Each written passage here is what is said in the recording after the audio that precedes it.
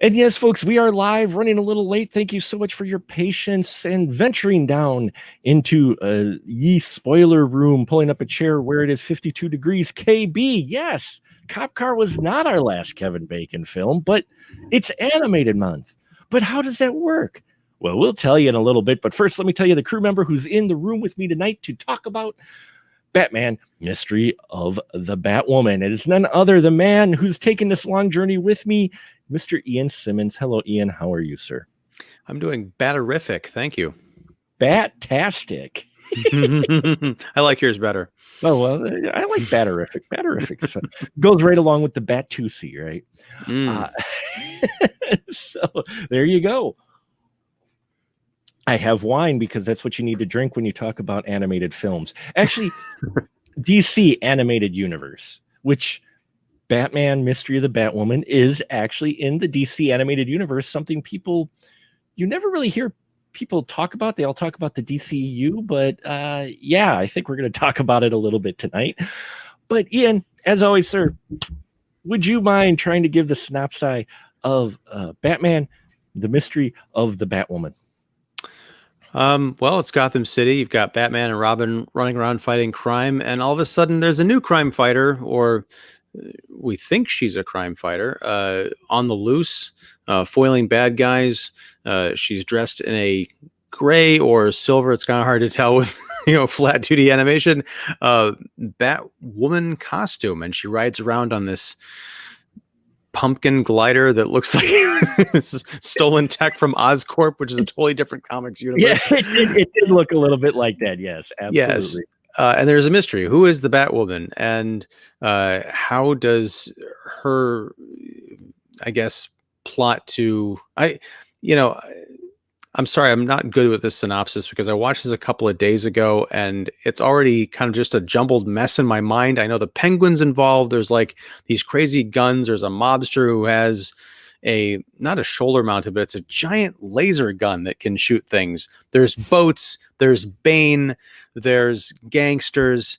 There's a very interesting character named Kathy Duquesne, who turns out to be, this is one of the spoiler rooms, she turns out to be Batwoman, or should I say a Batwoman.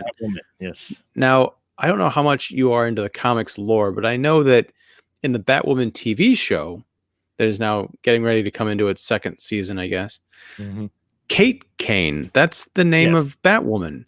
So is this a precursor to that? Because I thought Batwoman was earlier she was around the comics, I thought, before that. It's a variation. It's their own thing. The Duquesne was a reference to Kate Kane. I'm not too familiar, unfortunately, with the comic either, because this was Batwoman came out later than outside of my normal realm of reading comics when I did early 90s. So she came out a little bit later and I didn't read them. But Kate Kane is the actual character, my understanding, from Batwoman, and then she's in the TV series.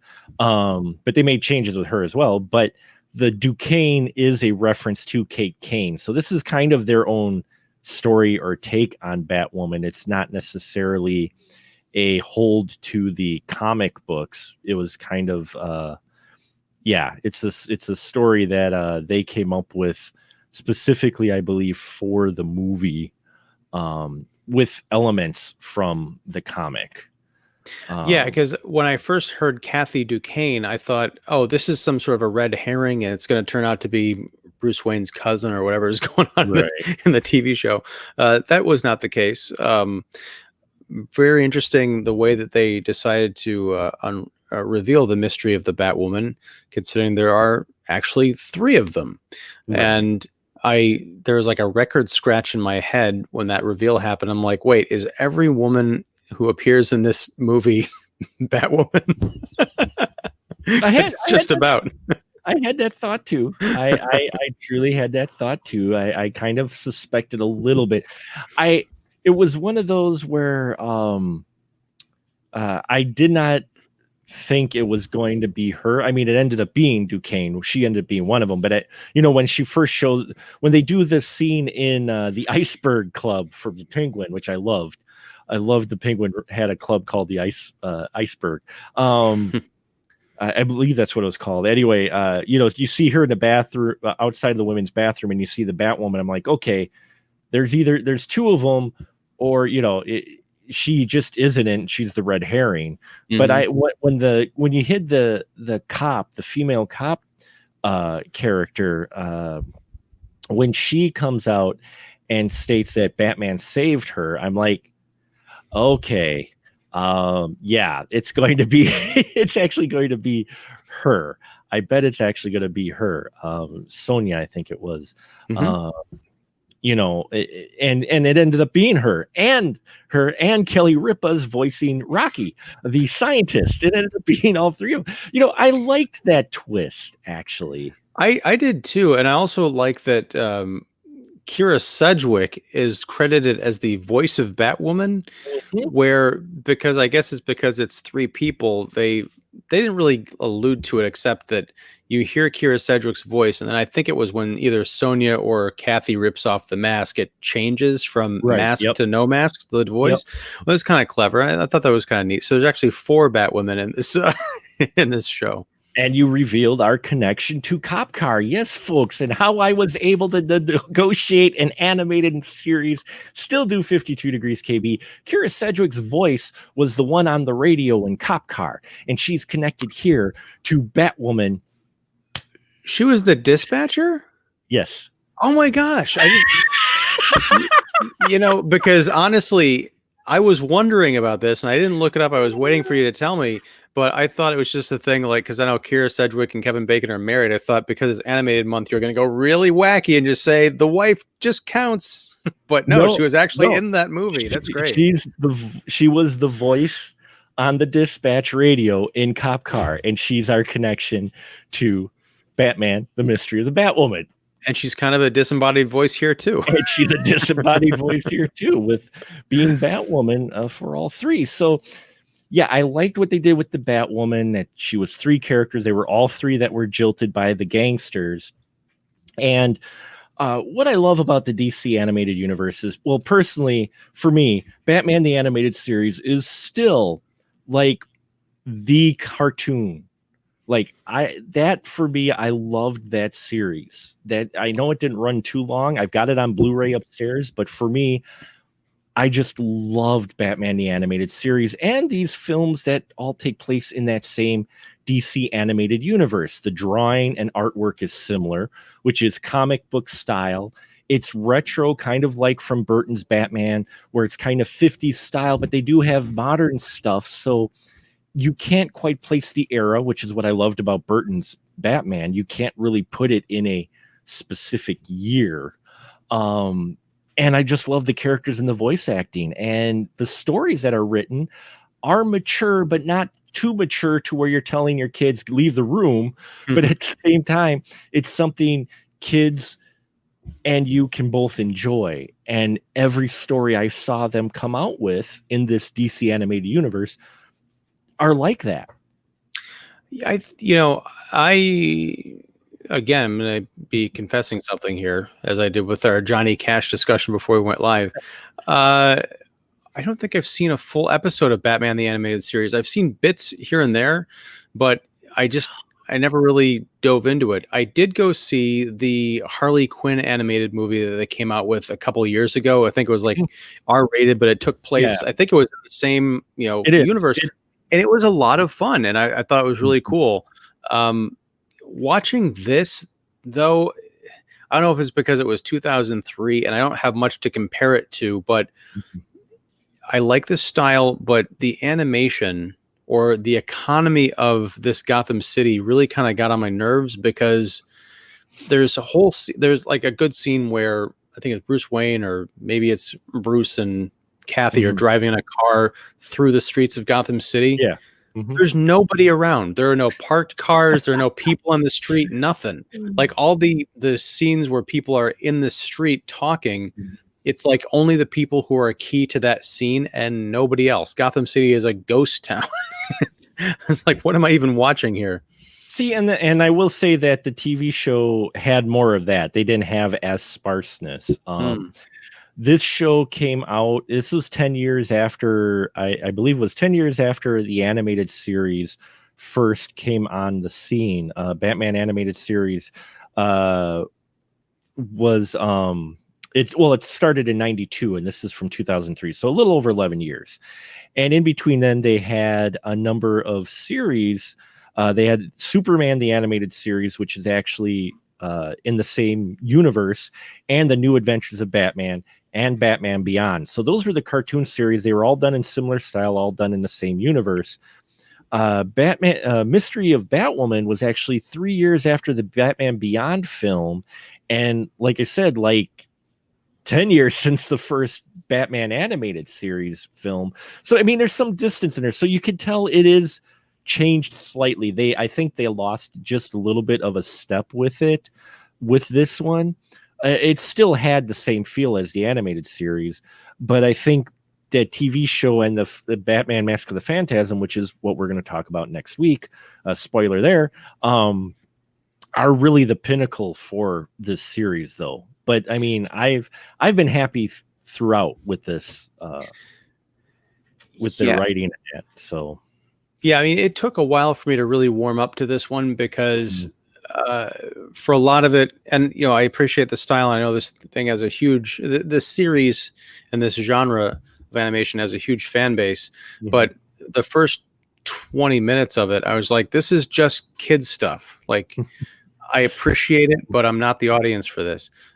It's when when Kathy Duquesne and Bruce Wayne really start their kind of romance, and you know, the actual mystery of the Batwoman comes into play, and what's going on with the Penguin, and then bringing in Bane, who, even though he looks like a really big, weird leather daddy with that single hose coming out of his back of his head to his arm, like, I don't know what's going on.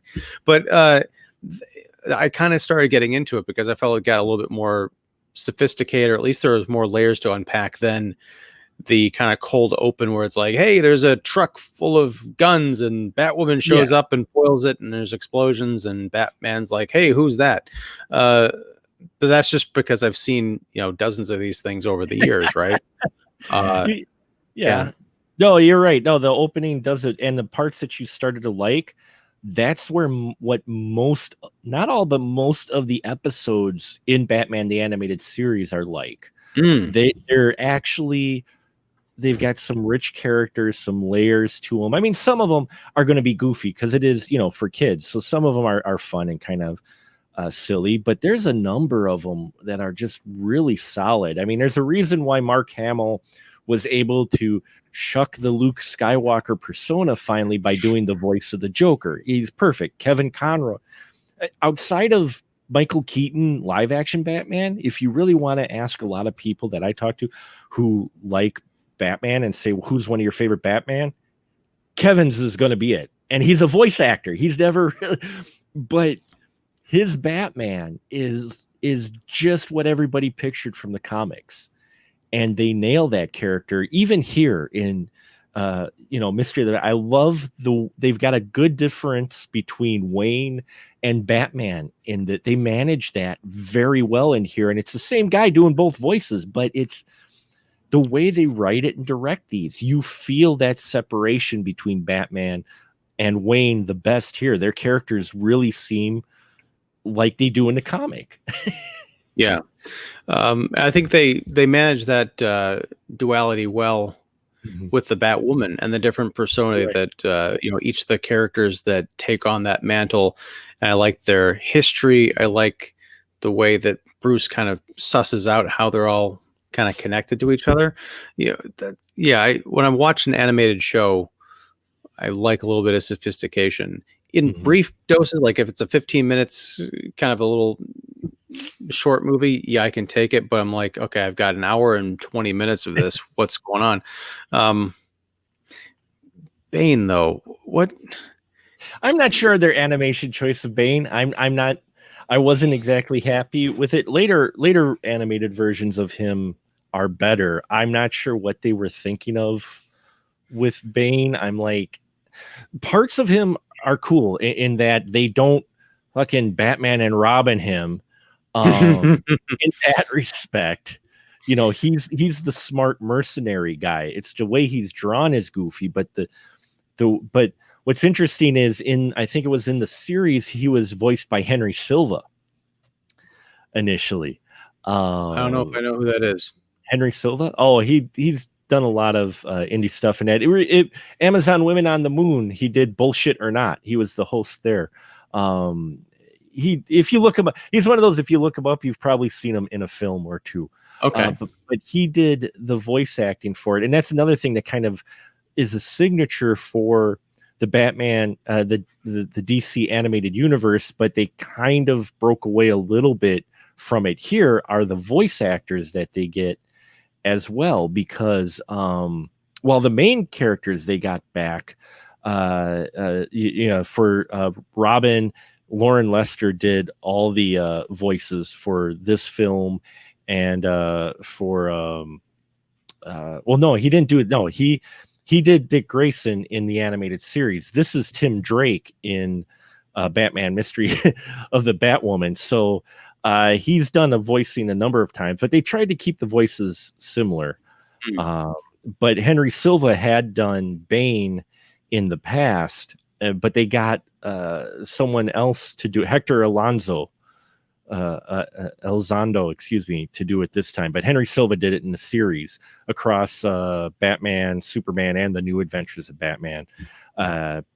Penguin was voiced by Paul Williams for the longest time too, but in this one they got a different one. David Ogden Stiers does Penguin, who I like Penguin in this, and the way they portray Penguin in this is, if you look at the games at all of Arkham Knights, Arkham City, Arkham, that whole thing, those have all been influenced by Batman the animated series, the way they portray the characters, especially Penguin being a guy who runs a club, who is an arms dealer, kind of the way, he's not just the goofy freak who I also love in Batman Returns. But what'd you think of the Penguin in this? I liked him. It was something different. I mean, I dip in and out of the Batman universe. Sometimes I'll read, pick up some comics every once in a while, and I've seen the movies and everything. Penguin, Danny DeVito it's like Danny DeVito or Burgess Meredith, just sort of both burned in my head, but they do seem like they have that freakish element. With Penguin here, it literally just seemed like he was a guy, like a short, fat dude who had a penchant for tuxedos and top hats. He might as well have just called himself Mr. Monopoly. Not that I minded that. It's just I was listening out for the signature, like whack whack or something sort of more animalistic. And I didn't get that, and so it was a nice change of pace. I liked that he still had the poison umbrella with the the gas, and that was kind of cool. But yeah, Bane bothered me because, again, he had like the leather collar with the spikes and like the little red eyes and those giant chiclet teeth with the sort of fangs. I'm like, the guy has literally 8 teeth. What is going on here? It's drawn a little better in the animated series, between the 3 animated series, I think, than in this one. Did he ever have the more traditional, like, comics based Bane mask? I think so. It's been a while since I've watched them, in all honesty, but he is a little more goofy looking in this one. So I was a little disappointed with Bane, but yeah, Penguin I dug. I love the fact that they had him. I like our gangsters too.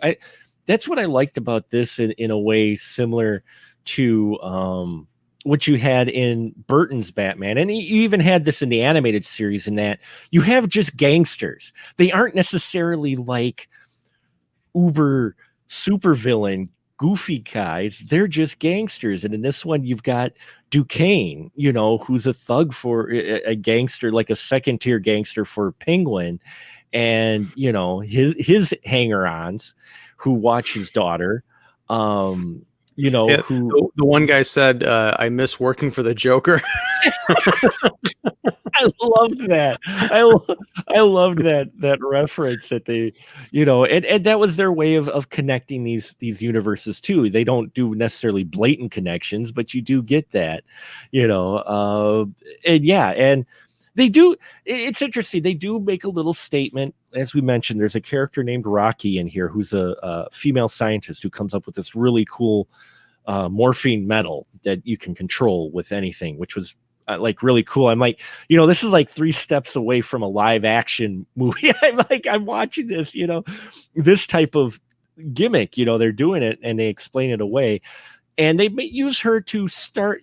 It's 2003, folks. They're trying, but they do make a bit of a statement about women in science with her character. Very brief, but I thought it was a good throw in, and it's one of the many things is I'm going to repeat myself ad nauseum. I apologize, folks, but why I get into these movies from this particular line of animated films and TV shows is because they throw in enough adult stuff to where you can sit down and watch it, yet your kid may or may not pick up on it, but they like the goofy cartoony look to everybody, and oh look, there's Batman, you know.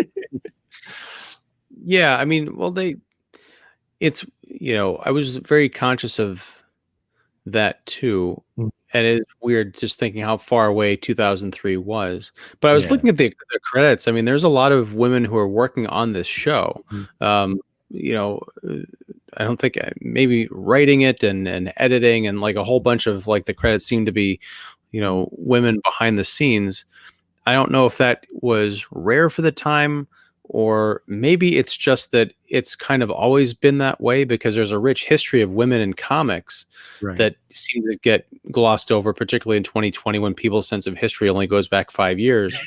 Yeah. So it may just be that we're picking up on this now is like, oh, isn't that cool and progressive, when the reality may be that, yeah, it's been that, you know, where have we been, you know, kind of a deal. But the one thing I didn't like in this was a particular aspect of the score, which rubbed me as really cliche. Whenever Batwoman would show up, or sexy sax, sexy sax, or whenever any of the women showed up on screen, there was always this sexy sax cue. I'm like, you know, just you don't do that with Batman. You know, Batman's sexy too, but it just seemed, for as much of a step forward as the story and a lot of the characterizations and production took, it seemed like the score just really undercut everything. Like, oh, I'm just supposed to look at her ass. I get it. Yeah, it was a little odd for some of that. I mean, again, they're pulling from that same series, and you did have bits of elements. It is a little more blatant in this film than it was in I will say in some of the previous films, though you did have some of that. But yeah, the musical cue it wasn't Shirley Walker. Shirley Walker did do the theme to Batman animated series, and that's what you hear in the beginning here. And we'll talk more about her next week.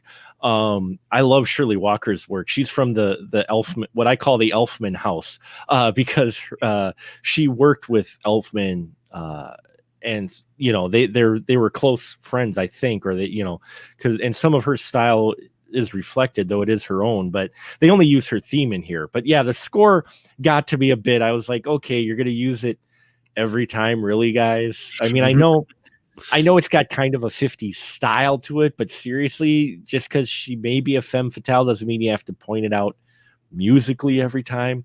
I did have that part issue with it as well, and the score in general, but I don't think, with it being a direct-to-video release, I don't think they just had the budget behind it that they did back 10 years earlier when the show was at its prime. You know, and so I don't think they just had the oomph behind it to get a better composer for it. Yeah, I think it was. No, go ahead. Sorry. It was a minor thing. I think it was just kind of.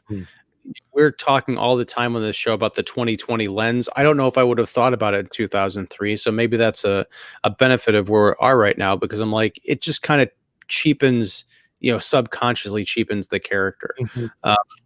One question I have for you that I was wondering about, the Batwoman mask. It's like a complete bodysuit, including covering all of the face except for the eyes, but she's got like those pouty, like red lips that are just like Batman has an actual cutout in the cowl, so you can see it, like his chin. But this is just like, are her lips? Is that like prosthetic lips sewn into the mask? Is that her actual lips poking through? What's going on with his lips? I don't know. I think with it being animated, you have to have a little liberty. I mean, come on, Transformer how many does stuff same.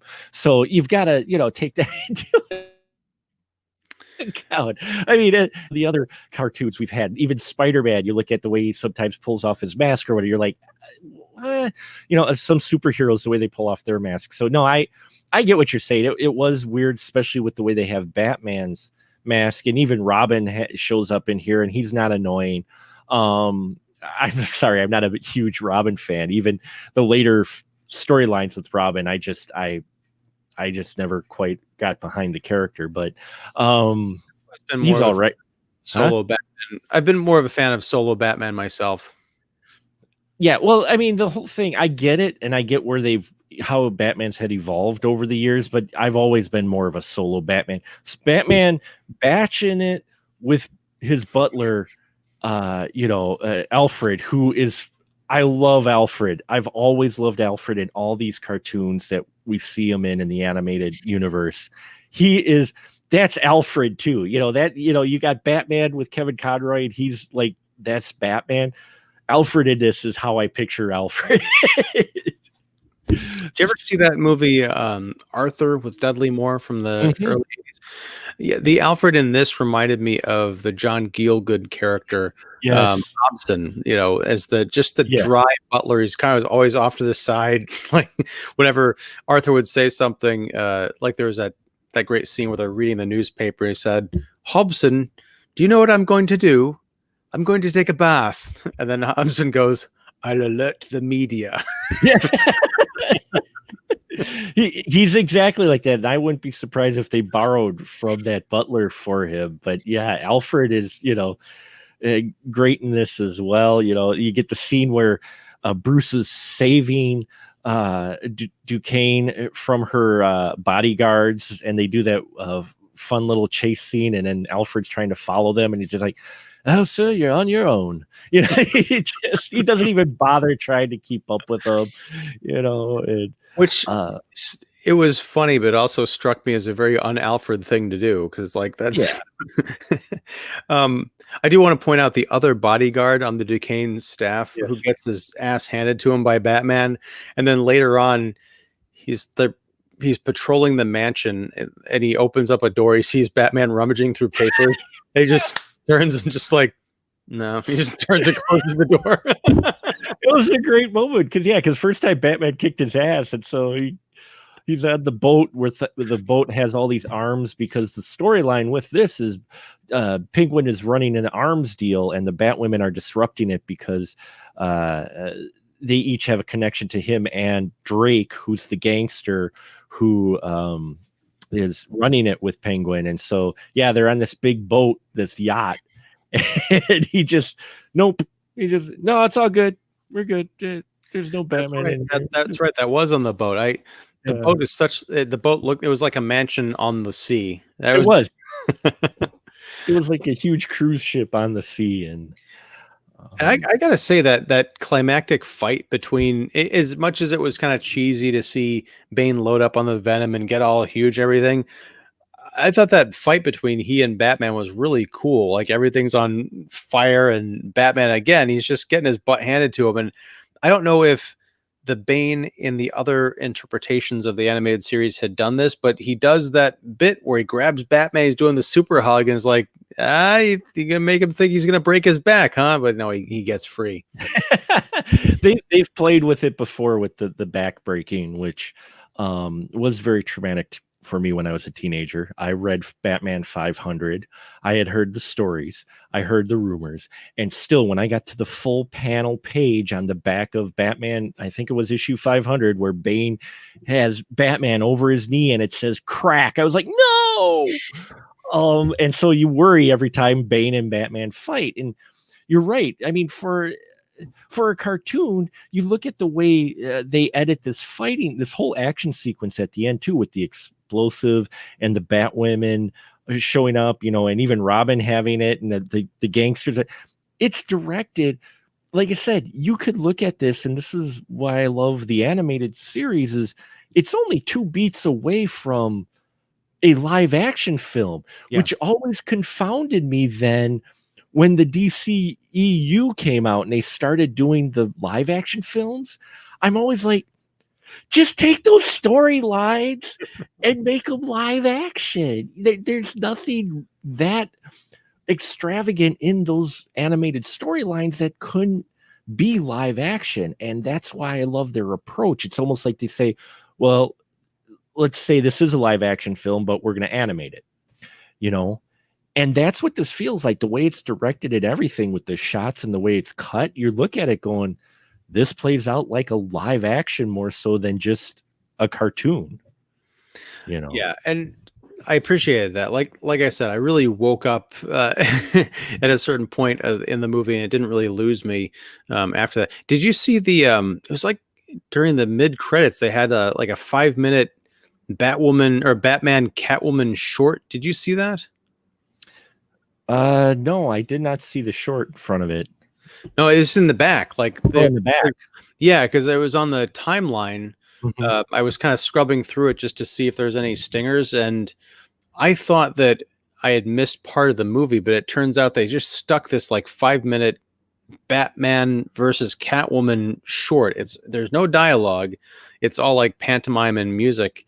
No, I must have missed that. If you get a chance, you go back and watch it because it's pretty cool. That is, it feels very tacked on because if we thought that the sexy saxophone was kind of borderline offensive, this short is really like, hey, it's Bruce Wayne surrounded by a bunch of, scantily clad hot women, and they all want him, and then he's going after Catwoman, and she's like all sexy. And not that, to quote Jerry Seinfeld, not that there's anything wrong with that. It just feels very like, yeah, this is for the teenage boys, in in bed. Like, I'm just watching Batman, Mom, go away.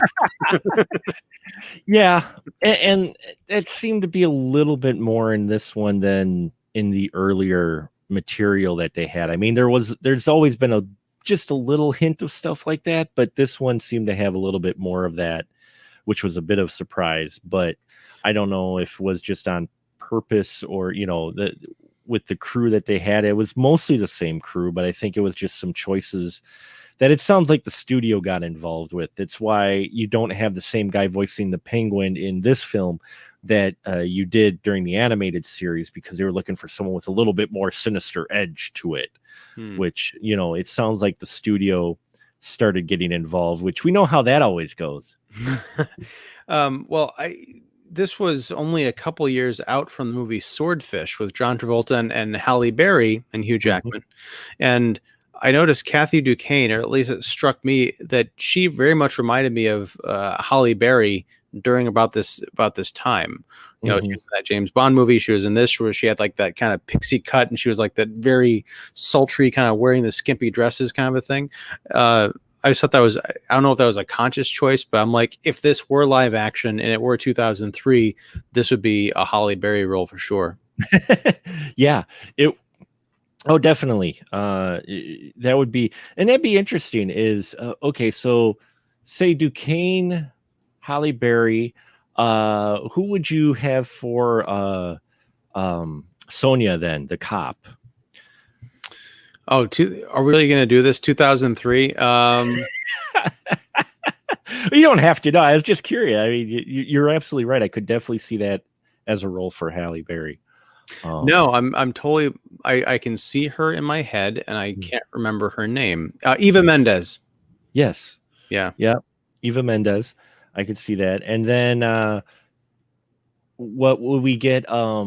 Maybe. Well, she played Batgirl in the live action, but you could get baby Alicia Silverstone for the Rocky character, or just Kelly Ripa, or just Kelly Ripa, or just put Kelly Ripa in front of the camera rather than just doing the voice. She'd be just as good. But yeah, I mean, I like the way the characters are written. I mean, it's animated, but for me, it didn't feel, outside of that first opening, which was your generic kind of superhero intro, extravagant explosion, action sequence. It did feel to me like this is just, it's a movie that happens to be animated. And I think there's a difference. I could be wrong, but I think there's a difference between watching an animated film and watching a film that has a story that just happens to be animated. Would you say there is a distinction? Yeah. I think there is. Mhm. That's the thing, is like with this movie in particular, I didn't love it. I really liked it. Mhm. I'm Yeah. excited to talk about Mask of the Phantasm next week because I've heard for decades that that is like top tier. Like I've heard people refer to it as one of the top Batman movies, period. You Mhm. know, including the Yeah. Oh, Burtons, the yeah. Nolans, and all that stuff. So I hope I'm not, going to be a victim of the hype. But yeah, there definitely is something to the art of a well-told animated feature, and to be thinking it's refreshing to think of those outside the realm of Pixar, say. Yeah, yeah, exactly. I mean, it's not Pixar yet. It's written for both, who watch this. So yeah, it's definitely not a Pixar film. But yeah, I mean, I like the characters, the action pieces. There's some people that have said this film was boring. It wasn't enough action, but I'm like, no, I think it's well paced action. Like, how much more action did you to really want? I mean, Well, I mean, even just the scene in the, I think this was in the Penguin Club yeah, scene where, there's like the three like cocktail waitresses who yeah. also turned out to be like hit girl, like assassin bodyguards. I mean, just seeing them jump around and kick some ass, that was thrilling. And outside of the fact that they were wearing skimpy outfits, Well, uh, well, it is the Penguins nightclub, so it was kind of, one of those things where you're like, "Oh, okay, I'll let you get that one, Pat." Okay, it's right. But and that's the thing, is I'm just gonna admit this here. It's, some of the stuff is, it does what it is intended to do, which is be sexy and Mhm. exciting and kind of dangerous. So as much as I might decry some of the choices when it comes to the sort of blanket portrayal of women in this movie as defined by the score, when the creators have a targeted mission, like we're going to have these, really attractive, scantily clad bodyguards kicking butt, uh, it's cool. It works as a full package. Well, and they kick butt. I mean, those 2 get Batwoman on the ropes. Let's face it, those 2 fighting against each other, it's a legit fight, and I think that's what helps with me. And no, I'm with you. This isn't my, like, top tier, "Oh my god, this is great." I love all the DC animated stuff. This isn't one of their strongest, but I liked it quite a bit. I liked it a lot. I was not bored with it at all. I was not going, I was entertained, and it succeeded in that. It not like Batman, you know, a number of the other animated stuff, or even some of their better episodes, but it was still solid. And you have that, yeah, the portrayal overall with the sax. If you remove the sax, the female characters you look at probably completely different, because all of them are rather strong and serve a purpose in this, and aren't just damsels in And this film. Well, that's an excellent point. I wonder what it would be like, and maybe there's someone out there who can do a fan edit, like a composer. What would it be like if they had a non-gender specific hero theme, the same Mhm. way that we get with Batman and Robin? Right. And maybe this is my bias because I listen to those themes. I don't hear anything particularly masculine. I just think of it as like superheroics, but maybe that is sort of masculine in the way that I don't speak the language of music, so I probably don't know what I'm talking about or if what I'm thinking of is even possible. But can you write a superhero theme for a woman that doesn't, if you had like the blind taste test version of, that, can you say which of these themes was written for a female superhero and you not be able to tell? Well, the theme for Batman, and I'll try to avoid geeking out too much with soundtracks. Uh, and I've played music. I know some music theory. I'm by no means an expert, folks. So please, I am not trying to play off like I know shit from Shinola. Okay. Um, with music, but the theme with Batman, with Danny Elfman's, with Shirley Walker's score, and here, which is Shirley Walker's score, is it's Batman's theme. It's not necessarily Batman. The both those pieces speak to the mood and the thought of Batman. It's not the fact that he's a guy. If you listen to both those songs, those themes, they're not really, hey, it's manly guy. It's, hey, this is dark and brooding person who's pretty screwed up, but he'll kick your ass. You know, I mean, that's that theme. And I wish they would have did that for Batwoman here because, yeah, it bugged me a little. I'm like, okay, I could see once, but with it coming up again and again, I'm like, wait, this is going to be her theme. I'm like, yes, we get it that Batwoman in this world is being played by an attractive person. You don't need the sexy sax to just slap us in the face with it. You could get it from the reaction of people and such, you know. And yeah, it's I think if you just remove that element, your characters get even stronger, your female characters in here, but overall they are pretty strong. They go toe to toe with the guys, you know. I mean, and you know, Batwoman holds her own for pretty much everybody except Bane, but Batman gets his ass kicked by Bane, which is interesting in this film in that, and we get it for other animated films too. You actually get a feeling of worry, even though in the back of your head it's ridiculous. The way it's portrayed on screen, there's a little hint of worry going, oh shit, is Bane going to kill Batman? Like you said, is he going to break his back? I think they edit these pieces and write them enough to where your heroes are vulnerable, which you don't always get in a superhero cartoon. Well, and that's something that, I've been doing the Mandalorian recap shows, and the last couple chapters, I won't spoil it for anyone who hasn't been watching, but the last week's episode and this week's episode, there have been two kind of fan favorite characters who show up, and they show up and kick ass, but that's all that they do. They're these extended fight scenes, but there's never any question of, are they going to get hurt? Are they in any danger? They just literally show up to, for example, throw stormtroopers around and like cool poses. Whereas when I'm watching this movie from, 17 years ago, I'm more concerned about the main character. Yeah, in the back of my mind, this isn't going to be like, they're not going to end it with a cliffhanger where Bruce Wayne is in a wheelchair and Batwoman has to take over Gotham City.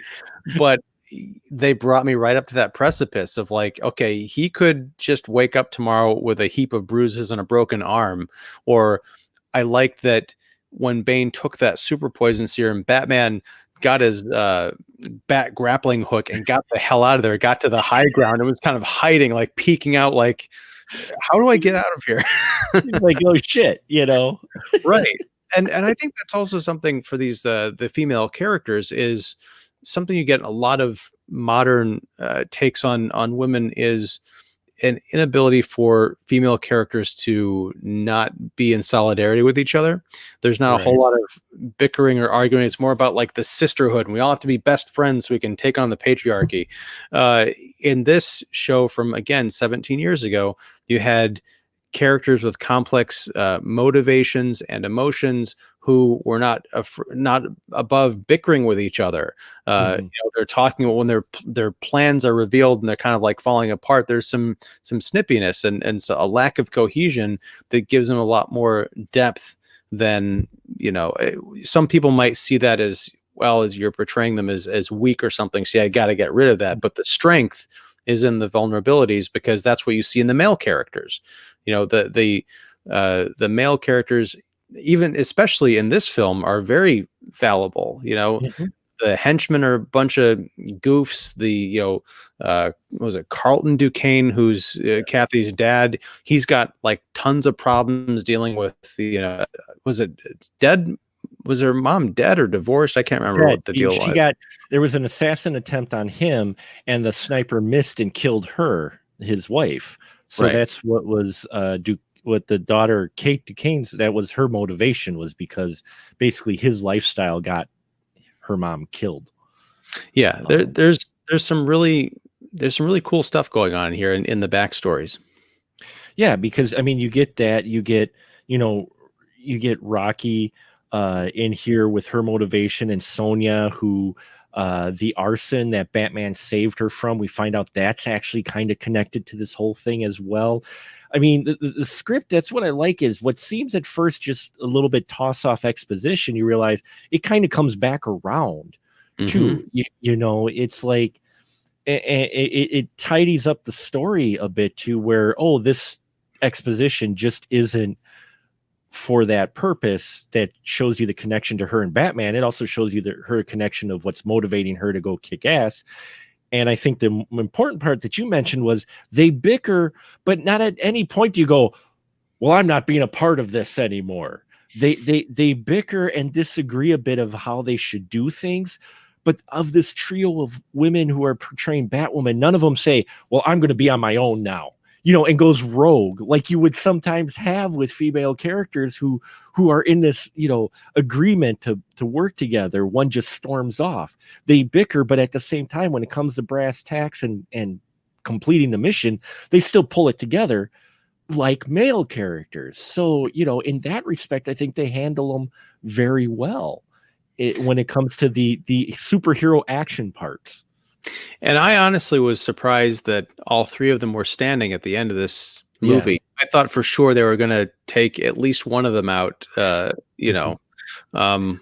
possibly even Kathy Duquesne, but and I'm fine that they didn't, because I liked all three of them. But again, much like with the Batman back thing, while I'm watching this pretty short animated film, I was brought up to that edge of like, I don't know exactly where this is going, and I kind of like that. Yeah, and I did too. This is my I think this is my first watch. I didn't actually haven't watched this one before, so for me, I was brought up to that edge too. And in the end, the only other thing I wish they kind of have done, but at the same time, the way their characters are, I guess it was kind of natural, was kind of the love interest story between Wayne and Kate Duquesne, to where it's more than just him, trying to learn more about her. You get this development of an actual kind of romance. And that was like the only thing where I'm like, you didn't really need to take it that far, I think, Yeah, well, I think that was very much movie-ish, almost like James Bond kind of a thing. Mm-hmm. I feel like if this had been an arc in the animated series, then you could have developed more of a relationship. But yeah, like, do they really have to drive off together? She's not going to be a love interest.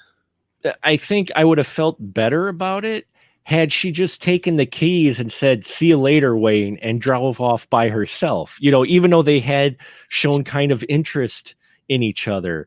I think if they would have had her just take the keys, say, "I'll drive," she gets in and takes off before Wayne can get in the car and drives off. I think that completely puts a different spin on their whole relationship. And I think I would have liked it a little better than, oh, we're driving off together and we kind of smile at each other. And you're right, though. I mean, it's that film trope. It's like very few films, live action or animated, do you get to where you can just have a guy and a girl be friends. You can have a guy and a girl work together and not have any attraction, and not have the woman be either lesbian or whatnot, or him be gay. They could just be people that work together and fight next to each other. I blame When Harry Met Sally. They killed movies since 1989. And we've seen it in very few films. Like, I'm bringing it up. I don't care. Pacific Rim. Okay.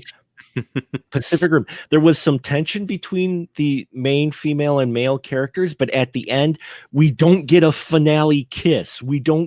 She shows concern, but we get a little head bonk maybe thing, but you don't actually get a kiss. You don't get a full romantic thing between them. Yeah, but your premise is actually a trick question, because there were no characters in Pacific Rim. No. I'm out of wine now. Dang it. I was going to have wine to shut me up so I don't give my opinion. Ian, I tell you, man. But that's why I love you, man, because I love how you know how to say just the right things. No, I get it.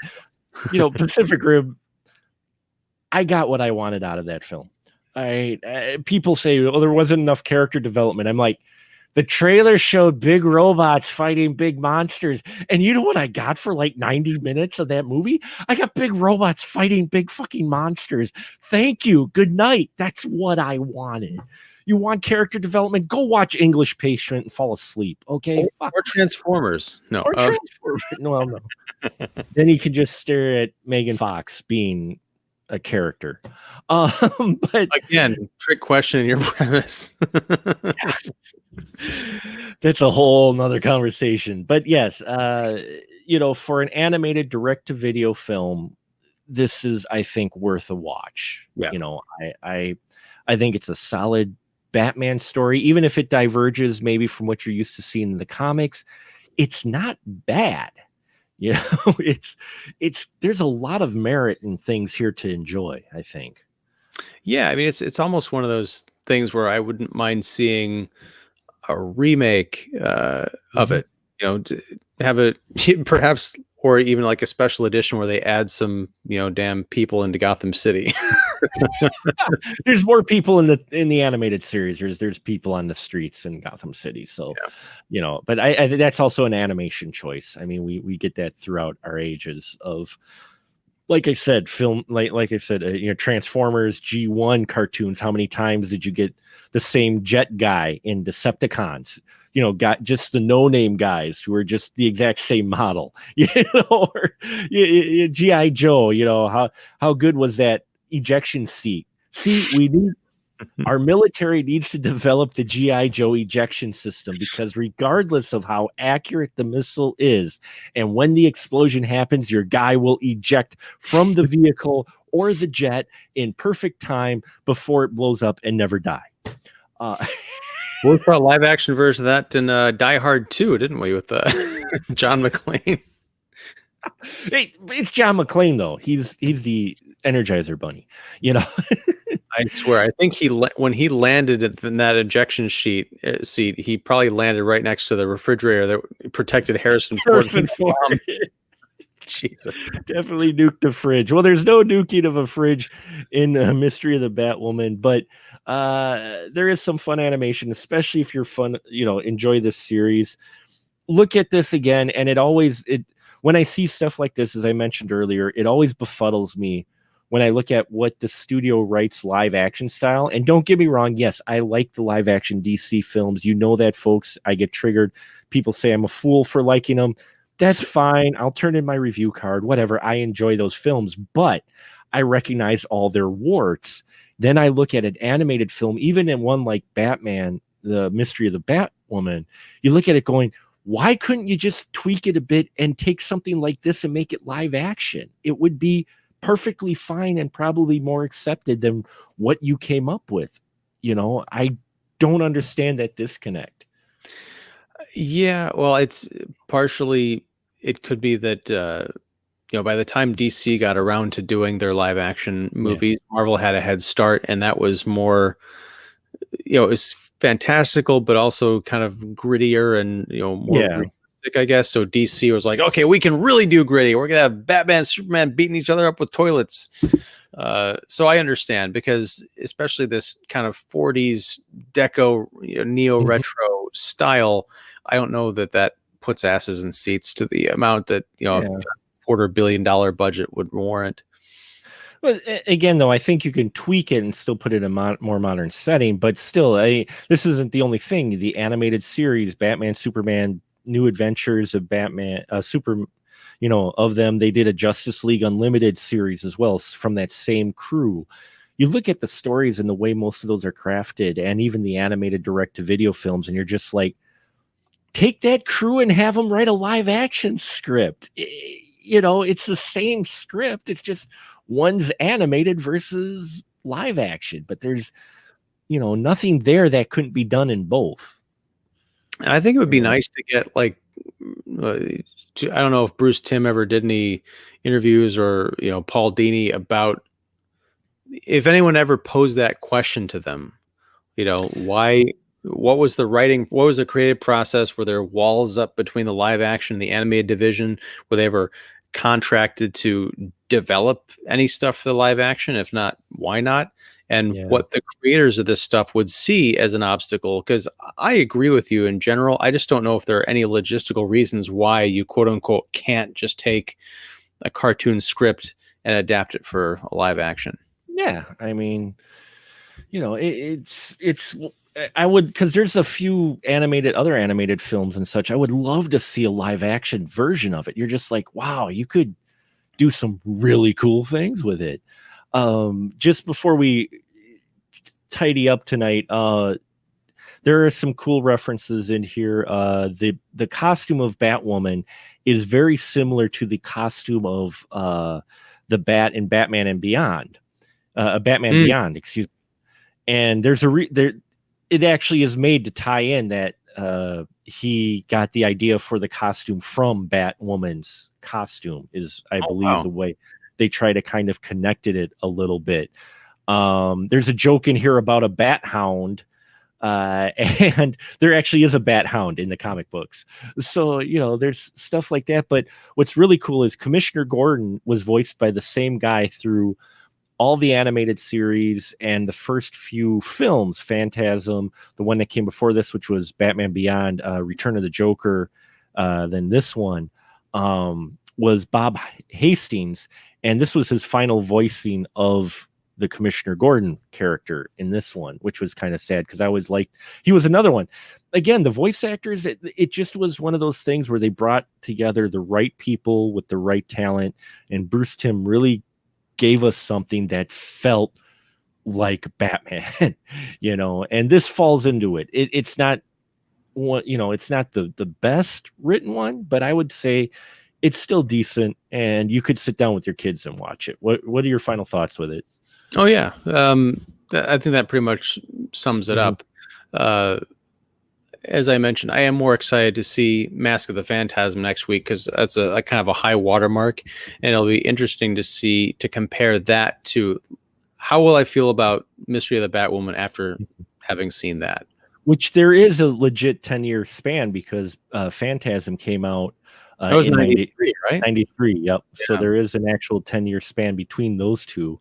Because once the series took off, boom, they had Batman Phantasm. It's like, don't let the hype get overhyped for you. But I will say that, there's a reason why you see in a lot of forums when you bring up Batman, it's not like brought up right away in conversation, but if you mention, man, I like Batman Mask of the Phantasm, you will get a lot of responses of, oh man, that's like the best Batman or whatever, but it's not one that's most people start a conversation with. But if you start the conversation, you will find a lot of people really enjoy it. It's the secret handshake. Yeah.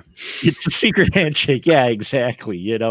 It's kind of like Clue. It's like, you don't see Clue just randomly brought up, but if someone brings it up, holy crap, everybody loves that film. And you're sharing, quotes and everything with it, but it's not one that's actively talked about constantly. It just kind of sits there, and then you bring it up and then it triggers something. So I'll be interested to see what your thoughts are going to be for Batman Mask of the Phantasm. That is one I have watched many a time.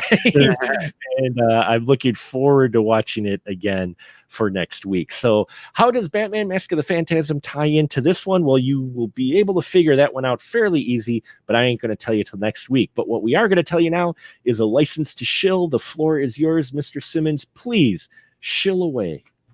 Well, thank you again for having me, Mark. My name's Ian Simmons. I run Kicking the Seat, which you can find at kickseat.com. I put out a podcast a number of times a week, and I also have a YouTube channel, which I've been focusing more and more on lately. It's almost beginning to be too much, too much content. I got to step back from the ledge. You can check me out there. Also, as I sort of alluded to a little bit ago, every Sunday night while The Mandalorian is streaming on Disney Plus, I do a weekly recap show live 8:30 p.m. Central called "What If He Doesn't Survive."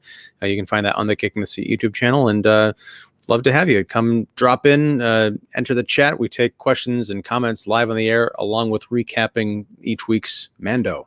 So yeah, thanks. Yeah, I just get it's a good show. I've listened, not the live version, but I've listened back a few times, and it's a good show because I've had it spoiled for me anyway, so it doesn't really matter. Because my news feed, it's like the internet. You just scroll, you're just like, really, really, really, you couldn't have waited. I mean, it's my fault. I wait till I binge it. I have to, but I know it's going to bring out spoilers. And Well, it's funny because my two co-hosts, Mike Crowley and David Fowley, they watch it like I swear they stay up for when it drops at like 2 a.m. on Friday, because when I get up at 4 o'clock, they're already commenting on it in my Facebook Messenger because we've got a thread going. They never spoil anything for me, but I don't watch it until like Saturday night. yeah. But I will say, as far as spoiling, I was looking at Facebook and someone posted a meme from this week's episode. And not to spoil anything, but it looked like really bad cosplay. I'm like, oh, this is a joke. Someone like made a Star Wars fan film and put this little clip up. And then I watched the show. I'm like, oh no, that's from the episode. And I was like, oh, this is not a good sign. Yeah, well, I already saw someone, and we could do a whole nother episode on this. Saw people body shaming the original guy who played Boba Fett. They're like, oh, look, he's got a dad bod. Oh, Boba Fett put on a little weight. And I'm just like sitting here going, do the math, people, of how long ago even the prequels were, folks. But do the math. This is the same guy you're praising as the voice of every fucking clone in the animated series. All right. Okay. I will say I may have indulged in some of that during the live show last week, but it was only in the context of, when I don't want to spoil it for anyone who says it, but he puts something on that really accentuate. It just looks kind of odd. So I think that might be where it's sort of coming from. But yeah, I'm not a fan of that, but I will point it out when it's just awkward. Not in general, but in specific. I saw the picture. I saw it, and I'm like, yeah, I can see that. You folks are right, but at the same time, I'm like, and that's a prime example, unfortunately, for us 45-year-old Star Wars fans. Okay, well, it came out when I was 2.5. First film I saw. You guys all know that already. So, okay, 43-year-old, fan. All right, it's frustrating to see the fan base nowadays who just get picky, like, oh, Mandalorian, oh, look, yeah, here's a spoiler room, folks. Oh, Boba Fett, oh, man, does he look fat? It's like, you were just 30 seconds ago oozing over the fact that you got him on screen again, and then you look a little longer and you go, oh, man, he got fat. It's yeah, more like Boba Fett. Yeah. Yeah, I've seen those naming in that, and I'm just like, really, guys? Well, really? That dad bod, and they might have used stunt doubles for this, I'm sure, but that dad bod did not prevent him from kicking a lot of, like, not only kicking Stormtrooper butt, but like really messing some people up on that in that fight sequence. When people start talking about weight, I'm like, go on YouTube and look at some dance videos from, like, dance classes and that of some people who you may see on the street and go, oh my God, look at, and you watch how they can move in that, quit body shaming people in that, because just because they may look some way and you have this preconceived notion of how they are, they will surprise you at every turn. I can tell you that's why you shouldn't, because just don't judge. And this, again, the fact they brought the original guy back for Boba Fett, these are the same people. I'm sorry, I got triggered here. These are the same fans who, if you didn't get the same guy to play Boba Fett, they'd be bitching all over the internet. Oh, why couldn't they have gotten the original guy? Oh, my God. But, so they get the original guy. Oh my God, he's so fat. He's Boba Fett. Oh, but here's how they could have combated that. They get a new actor. Disney recognizes the backlash, and then they say, okay, well, here's what the guy who played Boba Fett looks like now. And then they'd be like, oh, the new guy's good. And again, no offense to Tamara Morrison. No, they'll just do all the fan service in the next episode. Sorry. Uh, I'm gonna. I'm putting together a new drawing for this week. Hopefully, it'll be done by the time Friday comes out. But it's as a teaser, it's Mando Bingo, with all of the damn tropes and cliches that they've in this very young show that they indulge in. Yeah. Again, that's we'll wrap it up here because I could go on about the fan service stuff. I'm in a minority, a small minority among my friends who enjoyed The Last Jedi quite a bit. So when it comes to talking about fan service and you get to Rise of Skywalker, as much as I enjoyed it, yeah, that's a whole nother ball of wax. That and Rogue One. But in any case, I digress. Yes, Batman Mask of the Phantasm is next week. Look for another interview to drop later this week as well. After this episode, I'm interviewing Tom Wilson. He's a producer of what ended up being the first documentary on a very influential band known as The Ventures. You may know them. If not, you know their work, Hawaii Five-0 theme, among many. They have many, many albums. I reviewed the documentary when it first came out. I got a chance to review an early copy of it, and now it's out on streaming and on DVD. And I'm going to be talking to one of the producers, Tom Wilson, who is also a musician in his own right, and some other connections as well to the Ventures. So, yeah, so that interview is dropping, and that's all I got. So, there you go, folks.